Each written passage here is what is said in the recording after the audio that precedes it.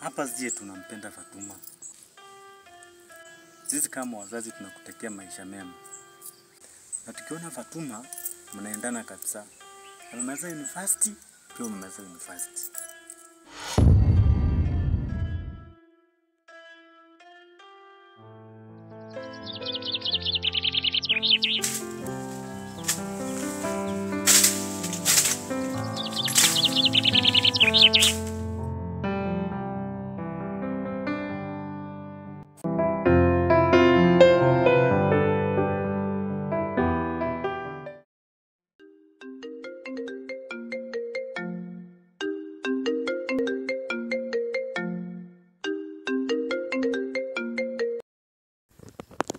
Hello?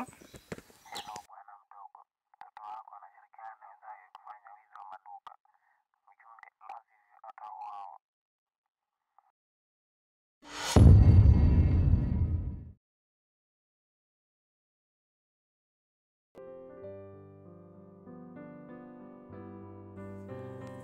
Hivi ni kweli?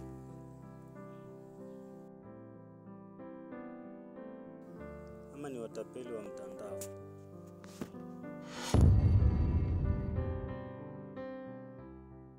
Mtoto amekuaje? Huyu mtoto tu mmoja Kinoti huyu. Acha nimpigie simu tuone.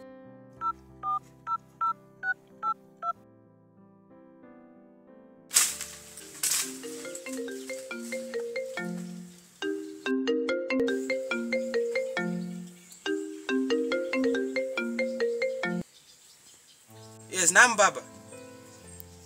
Njoo zaizi hapa nyumbani. Sahi tu. Sahi.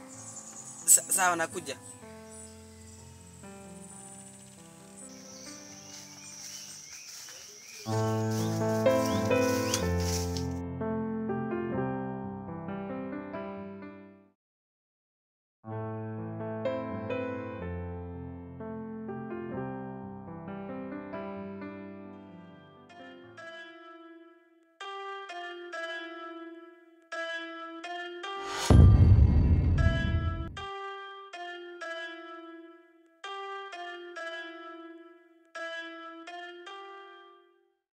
Wewe mwanangu, unatoka wapi saizi?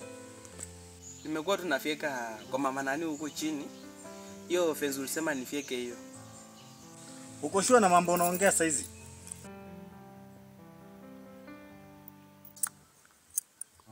Unajua kwa hii dunia, nataka nikupee ushauri kidogo tu. Tukiishi hivi, huwezi jua ya kesho. Ikatokea labda nikafariki mapema. Lakini huwezi jua ya Mungu. So ninachotaka kukushauri, uwe mtoto mwema na uwe mtoto mtiifu. Uheshimu watu. Kila mtu unayemuona mpe heshima. Na sasa hivi mwanangu umeshakuwa. Na inastahili uoe. Niletee msichana yangu.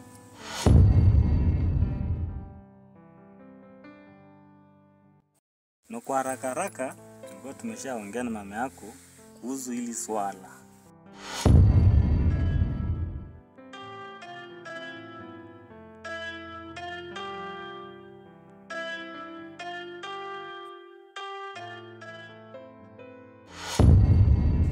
Tukaona inastahili ukaishi maisha mazuri. Si vibaya tukaonelea ukamuoe mtoto ya mzee Shanga.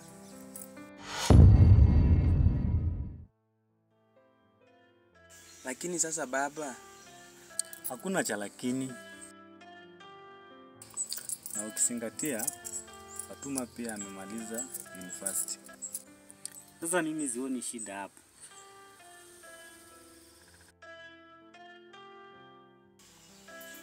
lakini sasa baba, najua Fatuma amehitimu chuo kikuu, amesoma university na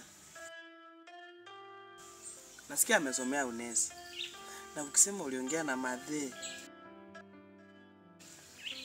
mkasema mimi nioe Fatuma. Si mtu anaoa mtu anampenda. Wativi tokee mimi simpendi Fatuma.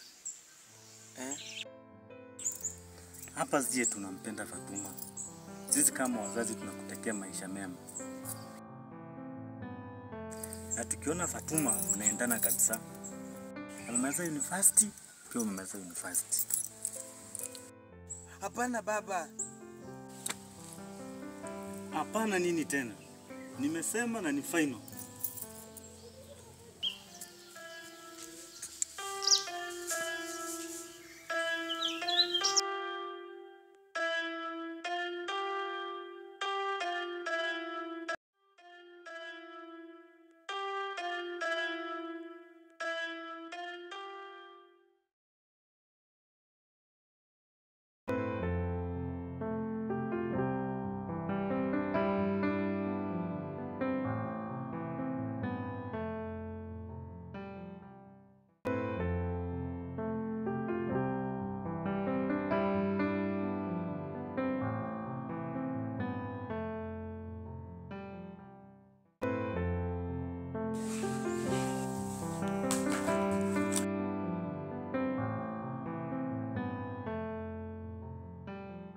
Kinoti mwanangu, nimekuita hapa nikuulize.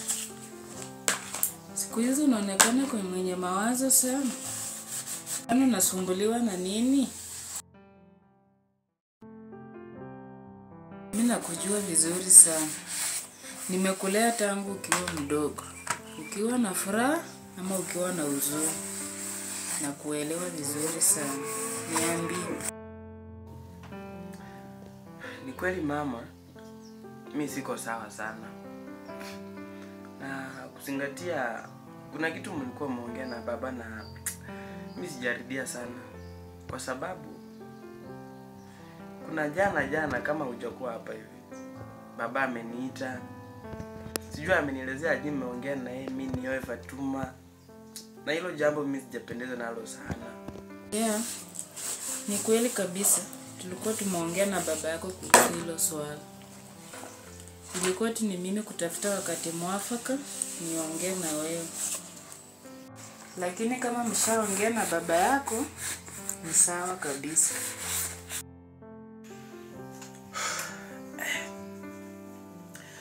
Mama usijue nielewa ni kwamba ili swali nimeambia tu baba jana nikasema kuoa mtu si shida na kuoa Fatuma nyinyi vile mnataka si vibaya. Lakini kwa hii dunia watu wanaoana wenye wanapendana. Kwanza kabisa nikuulize, uko sure Fatuma ananipenda mimi? Alafu jambo la pili, uko sure mimi nampenda Fatuma? Mwanangu, si atuone Fatuma anakupenda ama wewe unampenda. Jambo la kwanza angalia utajiri. Jambo lingine la pili angalia maisha mema. Achana na mambo ya ananipenda au anipendi. Kwanza kitu sichokijua mwanangu. Sisi tunakupenda kabisa. Na tunakutakia maisha mema. Sasa kulingana na swala la kuoa Fatuma, sioni ubaya kabisa mwanangu.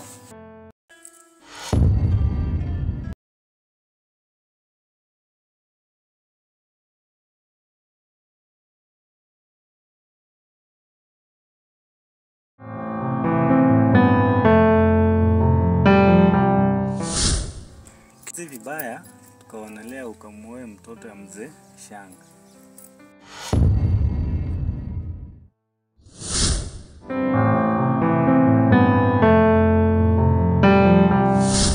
Si atuone Fatuma anakupenda ama wewe unampenda. Jambo la kwanza angalia utajiri. Jambo lingine la pili angalia maisha mema. Achana na mambo ya ananipenda.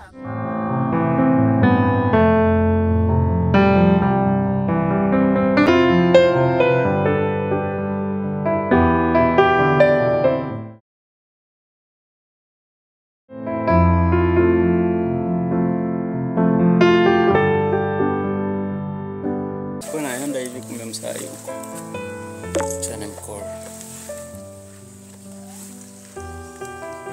Sija nikaenda hivi napata msaa amesepa hata yuko.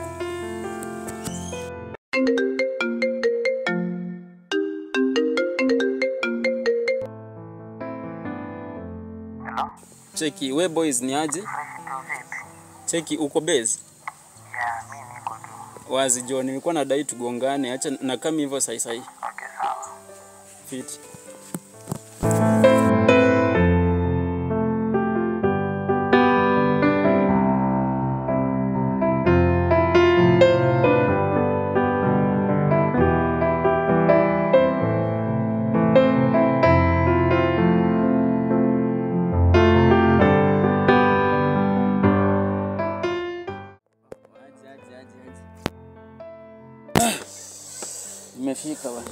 Bros, niambie utokako, unasemaje? Niko fiti sana. Sasa ndugu yangu, unajua ni muda sana sikuoni. Umepotea mazee, mazingira sijui siku hizi yakoje. Shida ni nini? Manze, yani yangu usichojua ni kwamba kuna kitu kinanisumbua kwa hii akili sana. Naelewa ni muda bado sijakuona, lakini napitia mengi sana. Shida tena. Shida gani? Na mimi hata hujaniambia chochote. Ama siku hizi tunafichana ndugu yangu? Si eti kwamba tunafichana, lakini tunajua tu kwetu. Mwenyewe umekuja nyumbani, umeona tu mazingira ya kwetu venye iko.